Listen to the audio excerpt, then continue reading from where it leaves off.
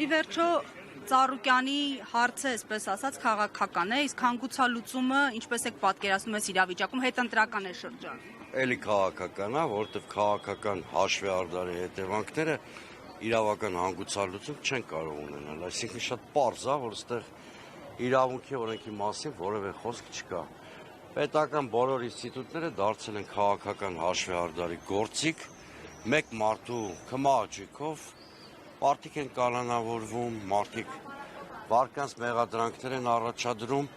այս տիպի երկրներում բոլոր հանգուցալուծումները քաղաքական են, այսինքն եթե ռեպրեսիվ մեքենան լափում է մարդկանց եւ մարդկանց ազատությունները, ընդդիմության կամ հասարակության խնդիրը պիտի լինի ռեպրեսիվ այդ մեքենայի երախը կոտրելը։ Պարոն Սուրենյանց, Ծառուկյանի հետ կապված այս դրվագը տնտեսական վարկանիշի տեսանկյունից ոչ միայն քաղաքական, ինչ ազդեցություն կունենա միջազգային հարթակներում, թեև տեսնում ենք, որ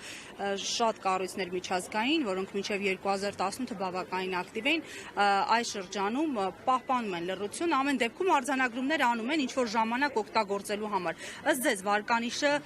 ինչպես կփոխվի Հայաստանի այս դրվագներով Կարապետյանի, Ծառուկյանի եւ այլն։ Գիտեք,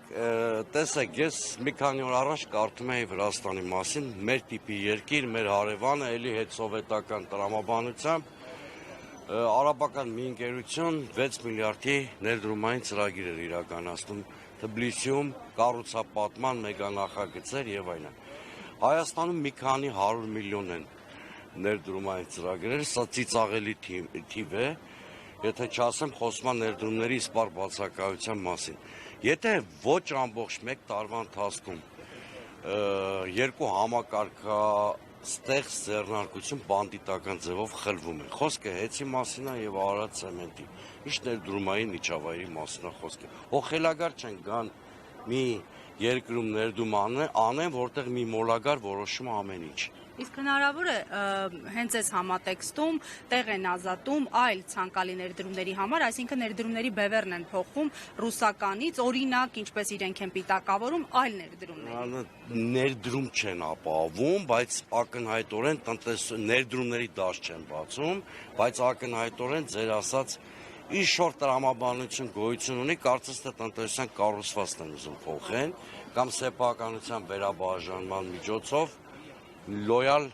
սեփականատերերի համակարգ ստեղծել, բաստավորապես տեսեք, այն օրը ակամայից ինձ բռնեցի մի մտքի վրա, ազգային կապիտալի ներկայացուցիչներին փորձում են ունեզրկել, բայց Հայաստանում սկսում է մեծ ազդեցություն ձեռք բերել, մի մարդ, որը ծնվել է Ռուսաստանում, հիմա ապրում է Միացյալ Նահանգներում, Սոկոլովի մասին է խոսքս, որը Աստորեն վիվասելի խոշոր սեփականատեր էր, հետո իմացանք, որ Թեղուտի սեփականատեր է եւ սա ակնհայտորեն խոսում այն մասին, որ ինչ-որ տնտեսության կառուցվածք են փոխում, չեն բացառում անգամ աշխարհաքաղաքական հատկանիշներով։ Շնորհակալություն։